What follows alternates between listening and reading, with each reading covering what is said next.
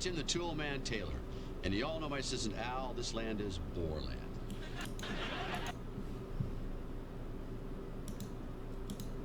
Hi class, Professor Ackerman here. I wanted to start off this reverse engineering video with a show from the 90s, Home Improvement. It was a classic show, and I just wanted to start off because what we're going to talk about today is this impact driver from Harbor Freight. So we're going to talk about this tool. I'm going to show you how to use it briefly and what it's used for. And then also we're going to take it apart together. While I'm taking it apart, we're going to walk through some interesting features, such as how this thing works on the inside, what kind of motor's in here, what's going on with this housing, what this battery is all about, and we'll learn some good stuff along the way. So this is a Drill Master impact driver. So the Drill Master is Harbor Freight's cheapest brand. They actually don't sell this particular version of the impact driver anymore, but they do sell a very similar cordless power drill, which is very similar. And this thing costs slightly more, around $25, but you can get it around $20 to $25, which is pretty insane for a reasonable quality impact driver. This thing actually is pretty decent. Harbor Freight is not well known for high quality, particularly for its lower end brands like Drill Master. Harbor Freight's motto is quality tools, lowest prices. The quality, not so much all the time. But for what you pay for, really you can get some pretty decent tools. And I think this Harbor Freight Impact from Drill Master is a really nice study of how you can design something that's really quite functional for extremely low cost at high volume. Without further ado, let's dive in. I'm going to show you guys how to use this thing, what it's used for, and then we'll start taking it apart and walking through some details as we go. So let's get to it. So impact drivers like this Drill Master are really good at screwing together lots of wood 2x4s like you see in the background in this image. And impact drivers particularly good at driving a lot of screws versus say a drill, a cordless drill like you might see up there. The cordless drill is arguably much more practical. You can drill with it, you can screw 2x4s together with it. But it offers a few disadvantages compared to an impact driver when you're screwing large amounts of wood 2x4s together.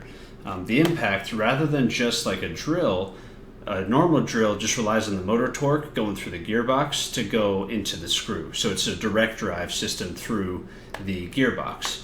The impact, rather than just rely on the motor torque itself, it actually has a mechanism in here that's able to, in a rotary fashion, slam into the screw. So those impacts can really help you drive screws faster, deeper into things like 2x4s, and it's really good if you're screwing a lot of things together. You don't really use an impact for drilling, although there are variants of it like a hammer drill, which you would actually use to drill in the concrete. So besides screwing together 2x4s, an impact driver is great at, for instance, taking lug nuts off of a car. If you guys have ever changed your car or seen someone do that, you'll often use an impact driver because you get a lot of torque with that impacting motion, and that enables you to take off and tighten screws to pretty high levels. So let's go ahead and try drilling a screw into some 2x4s, see how this thing works.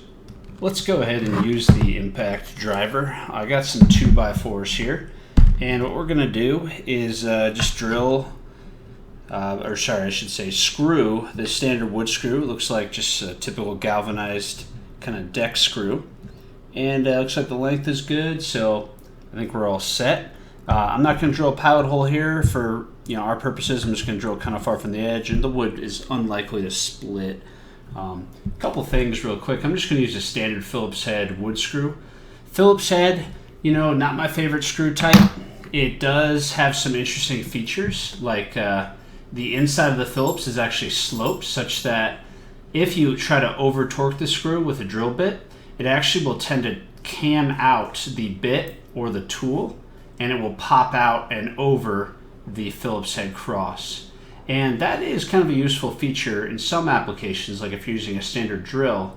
The issue though is that the Phillips head can get messed up pretty badly.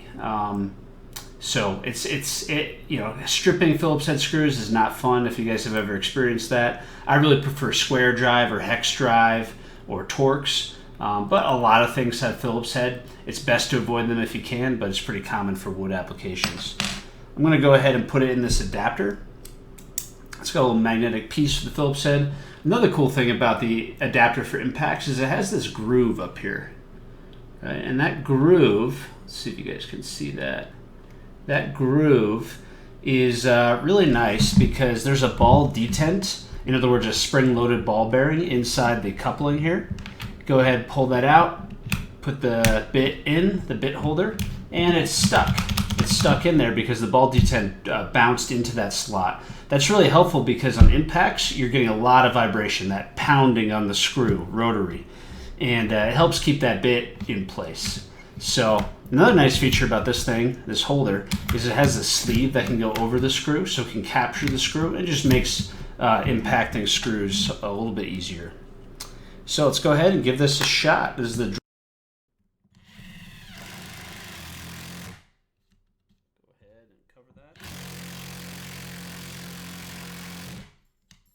looks like we're making progress.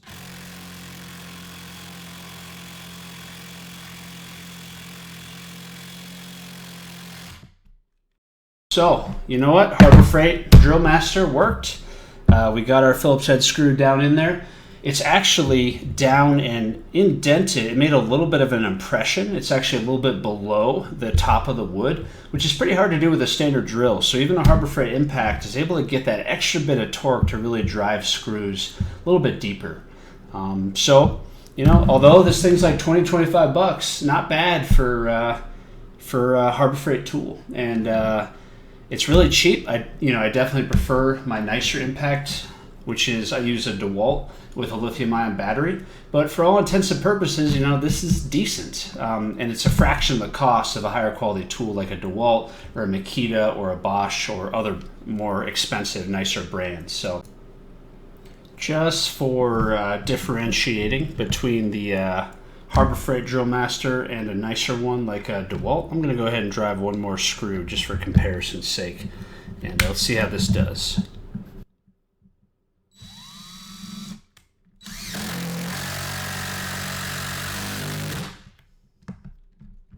Whew. So, definitely a difference there. Take a look. So it did it in a fraction of the time, but also it actually drove the screw pretty deep, and it made kind of a nice little divot. So, you know, the DeWalt 20 volt, similar amount of amperage, but because it's got this lithium-ion battery down here, you're just able to get way better power transmission.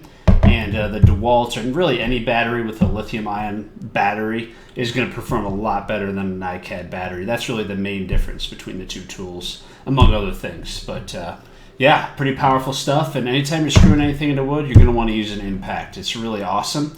Not to say a normal drill isn't good. It's more versatile. It can drill.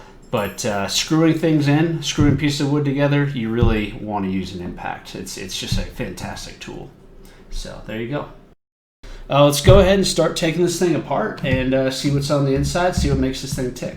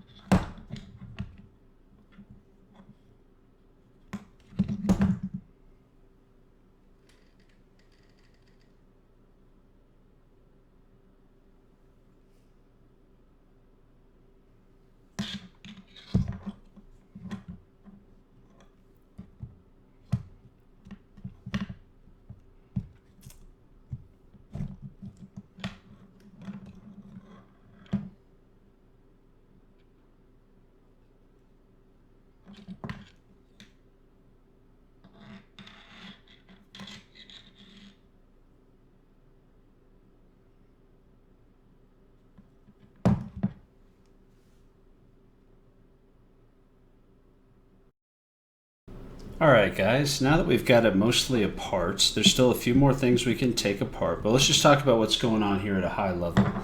So here, this is the casing. We have 2 injection molded pieces, which is kind of interesting. Let's see. Now anytime you look at an injection molded part, if you take a closer look at the injection mold itself, you can see, for instance right here, let's see if you guys can make that out. I think you can make that out now. See, that says ABS plus TPE. So I want you guys to look up what that means. What is ABS and what is TPE, and why are there those two markings printed on this injection molded part? Also, what are these things right here, these little circles? You guys seeing that? You see the circles all throughout? On injection molded parts, you'll often see things like that. We also have these little posts right here, and those are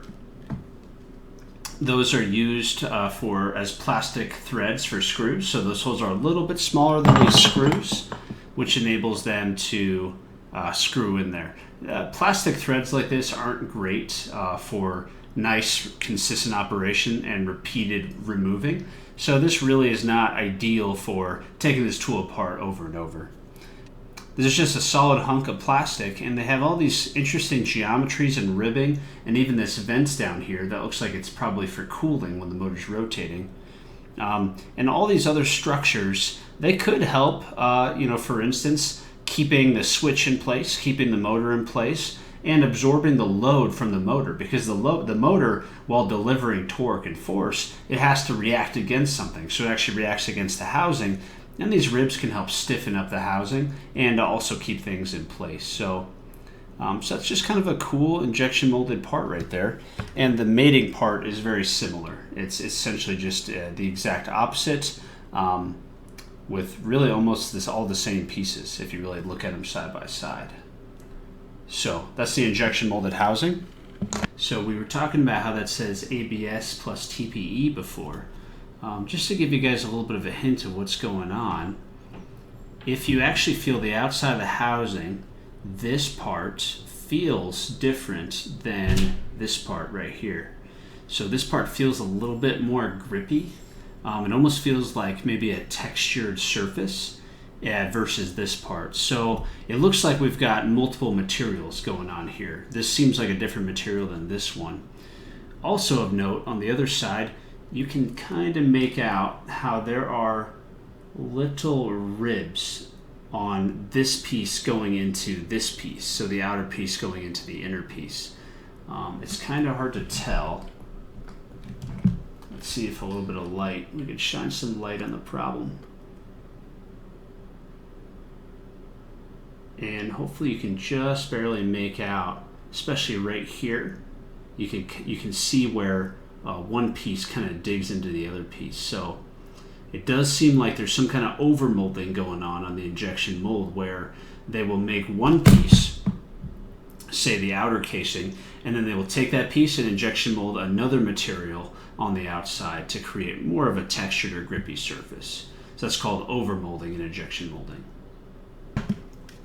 Now, what's going on here with the actual operation, right? So down here, this piece connects to the battery. This battery is, it says on the bottom here, it is an 18 volt, 1.3 amp hour NiCad battery pack. So we'll try to take this apart a little bit later, but NiCads are not very nice battery packs. But the 18 volt and 1.3 amp hours, that's not too bad. That's a decent amount of power for a drill, and could probably last for a decent amount of time. All right. So the energy comes from the stored energy in the battery chemically. It goes through these leads. We have a positive lead by the red wire and a negative lead by the black wire there. It goes into this switch. Normally, this is all located in the housing. And we try to take this switch apart a little bit more. The switch has some parameters. It says 7.2 to 24 volt DC, and it can do at most, it looks like 16 amps. It gives, that says B negative, And so it looks like that is from the power supply, and then the positive lead goes into this lead right there. One interesting thing is we have an LED right down here, and that LED just gives off a little bit of light at the front. And this is really basic LED arrangement. So on the Harbor Freight Drill Master tools, the LEDs, they go off pretty much only when you press the power button. Some more advanced tools will add a capacitor onto the LED so it stays on for a little bit longer. But this just turns on when there's power. So inside this switch, there's some kind of switching going on. We have a DC battery going to this DC, probably a motor controller, because if you press this switch in and out, you get a variable spring stiffness, right? And that's actually our speed control. So you can go faster and give more power from the battery to the motor if you're pressing harder, and slower otherwise. So there's something going on in here to control the motor speed. Probably maybe, I don't know, a transistor or something like that. Maybe a MOSFET, which is a really common power transistor format. This little plastic piece, seeing that? That right there is our forward and reverse selector, which is controlled by this plastic piece on the outside housing. You press in or out, and you can see that little rib attaches to this plastic piece right there. If you put the plastic piece in the middle, you can't press the switch, so it's sort of like a safety. If you go this way, it'll make the motor go one direction. If you flip it the other way, it'll make the motor go in the opposite direction. So this does speed control, and it does direction in this little box right there. The leads M1 and M2 are going out to the motor, and this looks like a pretty typical DC motor. Now, it's hard to take this thing apart because it's pretty well assembled and isn't really meant to come apart once it comes together. But inside here, it looks like it's hard to tell from the back here, but it looks like it's probably a brushed DC motor, right? You can see a little plastic piece in there, presumably, probably a fan. You can actually just make out the brushes on the inside of that motor, although they're quite small and a little bit hard to spot. So that DC motor, once it gets power based on the controller input here for speed and direction, it goes through this plastic housing right here. This looks like a different plastic than you see in the housing, which is kind of interesting. And then it goes through this. I'm assuming this must be a gearbox, right? Because it's directly attached to the motor and the output. So it's going between the input and the output, and usually a gearbox is going to do that. It's going to adjust the amount of torque and speed you're going to get from the motor to the output, which would be this piece up here. So we'll take that apart in a second, see what's inside. Interestingly, we've got a spring. It's actually a very stiff spring too. It's pretty hard to press. There's a lot of energy there. And it looks like just a typical compression spring, and it's in this little piece down here that holds the compressed spring on the bottom, and there's a similar piece up here at the top. This piece is able to rotate. I can actually rotate it pretty easily. So that means there must not be an enormous gear reduction here, because the bigger the gear reduction, the harder it is to back drive the output. In other words, if you grab the output, it can be challenging to rotate the motor, and it just kind of gets stuck. So the fact that I'm able to do this means I probably don't have a huge gear ratio, but it could be fairly significant, and we'll take a look at that shortly. There is a bit of resistance, but I can move it back and forth. If I do that and I connected the leads to a battery, I actually could turn this into a generator, right? A motor in reverse, if you spin the output, is really just a generator. However, this motor is specifically designed to be an output, so it's really not going to be a very efficient or good generator. So yeah, and this piece is pretty interesting up here. There's some kind of, when you press down that spring, you can see right in there that there is an output up there. And there are these there's some kind of ball bearing right inside there. There's shiny little pieces. They look like some kind of spring-loaded ball bearing, which is pretty interesting. And that is quite stiff. This geometry, this looks like probably some kind of steel piece, most likely, maybe cast steel. Doesn't really look very machined. except maybe up here, that could be machined, but the rest of it looks like it's cast just because of that dull gray finish. Hard to tell exactly what material that is. We could use a magnetic test. We could we could cut it and take a look. We could see what the hardness is. There's some ways we could identify this material, but most likely, I would guess it's some kind of steel. Now the output goes into this piece. So these are mating pieces. They go together like that. And what's cool about that, so this piece spins, right? And that's actually the output. And this piece spins, right? And they're coupled together with these teeth on this piece. Those teeth go up against this steel piece, and that steel piece, as it rotates, will turn the output and create that impact or hammer type motion. So that's pretty interesting. I want to see what you guys think, how you think these two pieces together can cause that impact motion where you get the output to spin just a little bit at a time, and it puts a lot of torque and energy into the screw. There's some hints here. If you see, so we do have this spring, right? We do have some ball bearings in here. And this little piece right there actually has a very slight slope. It's hard to see, but it does have a slight slope up. And so that may be a way that the other piece can slide up and over it, right? And they do look like they're made out of steel. And so they're pretty tough and a hard material. So the way they impact the secret sauce is some way that this piece interacts with this piece, right? And think of sort of a hammer and anvil. Try to figure out which one is the hammer, which one's the anvil to create that driving output. So those are the main pieces I want to talk about at this stage. Let's go ahead and take this gearbox apart a little bit more and then see what else is going on inside this thing.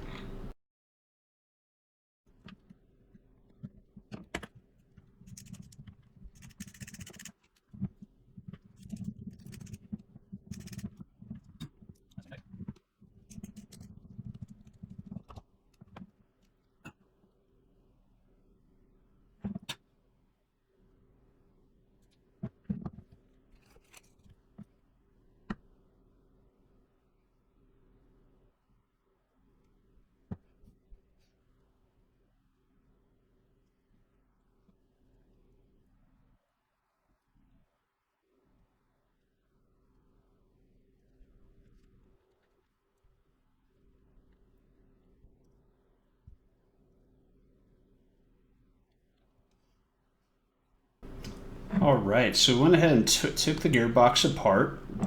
So on the end of the motor, we've got the smallest gear right there. That's called the Pinion Gear. It looks like it has 6 teeth, which is about as small as a pinion gear. Usually the pinion gear is the one that's closest to the motor or the input. And this is about 6 teeth, really, really small. Just a little itty-bitty gear there. And we could take the motor apart further, but I think this is probably pretty good for right now because putting a motor back together like this is a little bit challenging. One thing that's kind of cool is this is a permanent magnet DC motor. So I just can take this screw, steel screw, and it sticks right on there. So we know for sure this is a permanent magnet DC motor because I can see the permanent magnet, inside here, given by this screw sticking to it. Now, permanent magnet DC motors are really pretty cheap, which is a good reason to include it in a product like this. But better tools out there might use different types of motors, like a brushless motor, which can offer a lot of benefits over a typical permanent magnet DC motor.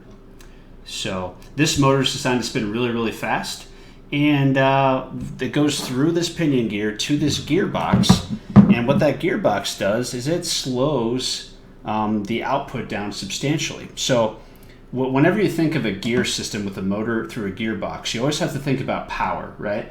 So power is, if it's linear, it's force times velocity, FV.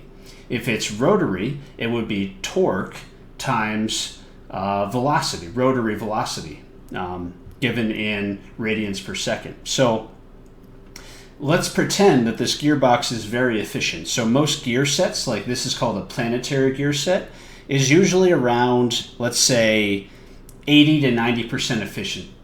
The efficiency can be a bit higher, but you usually aren't able to get much beyond 95% efficiency. But just for argument's sake, let's say that 100% of the power from the input, from the battery to the motor to the output is transmitted. Realistically, that would be more like 90% transmission. What happens is you take this high-speed, low-torque motor, you're slowing it down with this planetary gearbox based on the gear ratio that you achieve in this geometry, and then you end up with higher torque and slower speed at the output, because you don't really need to go very fast, thousands of RPM. Over here, you need to go, maybe 1,000 or 2,000 RPM, relatively slow compared to the motor, but you need a big increase in torque. So whenever you think of motors and gearboxes, always think of power. So the power is coming from this energy source to the motor, through the gearbox to the output. And so this is going to change the ratio of torque and speed. This is high speed, low torque. This is lower speed, higher torque. But they have just about the same power from the input to the output, less a bit of efficiency loss. So that's a really important concept when you're thinking about a motor and a gearbox. Now this is a cool gearbox. This is called a planetary gearbox. So you have the pinion that floats in between all of these other gears, and they have certain terminology, planet, sun, and it's just kind of hypnotizing. They're really neat. So now all gearboxes have a little bit of backlash, which is what enables me to put those gears back in there nicely. But look how smooth that goes. Look how beautiful that is. Planetary gearboxes are amazing gearboxes because you can do some really advanced things with them, but also it keeps the transmission in line, axial. So you can put your motor right there, and then you have your transmission in line with the motor. It makes it super compact, and you can still get a really nice gear reduction with a setup like this. There's a whole bunch of grease here. Grease definitely helps with lubrication and helps with heat. If you get some debris in here, that would be bad. So this is sealed with screws, and there's a liberal amount of grease on this thing. So planetary gearboxes are really interesting. It's not as simple as just counting up the number of gear teeth. So the pinion here has 6 teeth. These other gears, looks like they have 1, 2, 3, 4, 5, 6, 7, 8, 9, 10, 11, 12, 13, 14, 15, 16, 21. It looks like they have 21 teeth compared to the 6 teeth there. We also have to count the outer gear as well, how many teeth they have. So I'll try to give you that information and show you what kind of equation you need to calculate the gear ratio, and then we can see what kind of gear reduction we're getting out of this gearbox. So it's hard to take this apart anymore because of this spring being slightly pre-tensioned. It's hard to take it apart much more than that. One cool thing that you can see up here is when I press on this spring, you can see the ball bearings move. Right? So there's some groove in the shaft, and so as that spring is compressed, the ball bearings slip, and they're going to enable this piece to move relative to this piece, right? And that's going to enable that hammering motion where you're just repetitively hammering this piece into that piece to create that rotary motion. So, all right. And I think that looks pretty good. It looks like we just have that one gear reduction here because I'm not seeing enough room for more gear reduction down in here. And it looks like that piece down there is directly driving the output. That's what it looks like from the side there. So it looks like we just have one gear reduction going to our motor. And that's a pretty cool little tool right there. All right. Let's keep on moving.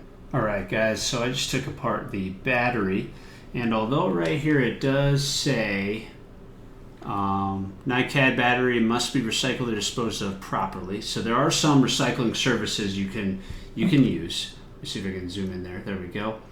To dispose of batteries, because they are kind of hazardous waste. There's some nasty chemicals in here. It says do not short. That would be bad. That would damage the battery. Incinerate. Yep, there's some flammable stuff in there. Or open battery. But you know what? I'm a professional. I'm good to go. I'm going to open this up. I'm not too worried about voiding the warranty or anything like that. Charge according to instruction manual only. So, you have to use the right charger with the right voltage for this thing. And inspect before every use. Don't use or charge if damaged. So that kind of goes without saying. It says recycling right there, but realistically, this thing is not super recyclable. If you take it into the right kind of company that can handle NiCad batteries, then they can get a lot of useful stuff out of it, but it's not 100% recyclable. So I just took out the screws. Let's open this thing up.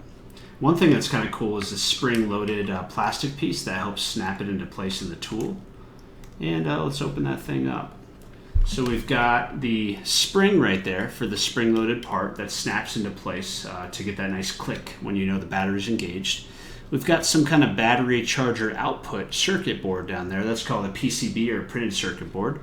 And that's linked directly to the terminals up here that go into the actual power tool to make that electrical connection. So down here, that's not so good.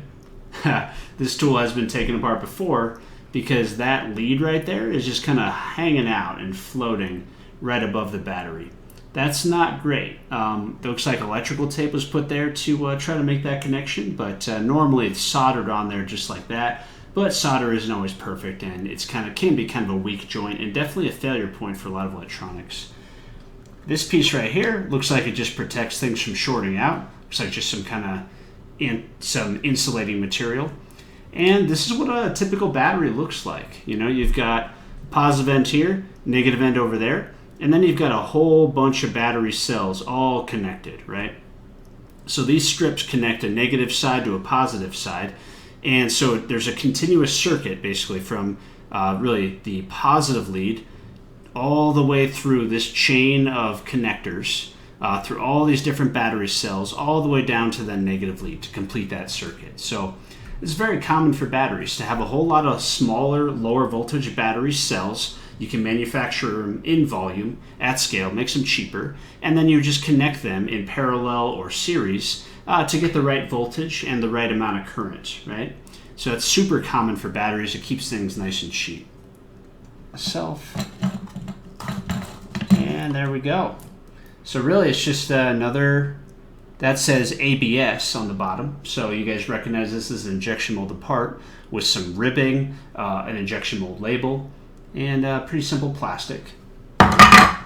And then here's the other side of the battery. So you can see the other end where we're continuing to get that chain going from positive to negative, getting these smaller battery cells into the right format. It looks like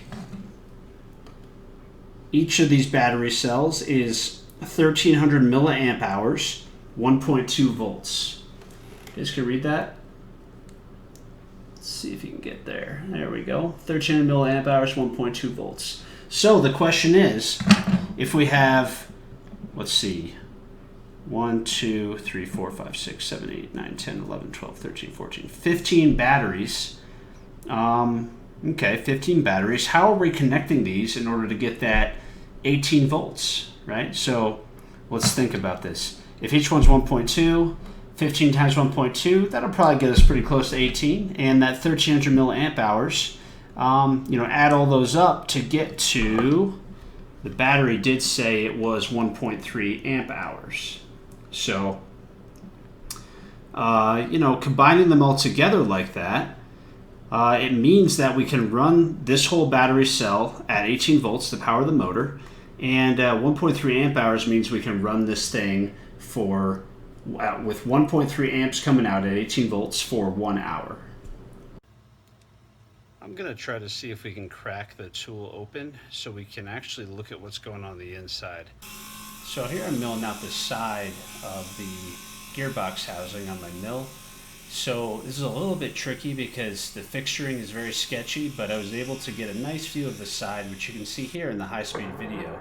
I counted up 45 revolutions of that white piece of tape in 2 seconds, giving about 1,300 rotations per minute. Here's a video of the impact actually impacting, and you can see how the impact is storing up energy and then slamming into the output to drive the screw just a little bit at a time, and it gives you a lot of good torque, and that's why impacts are awesome. that's it for the Harbor Freight Impact Driver tool teardown.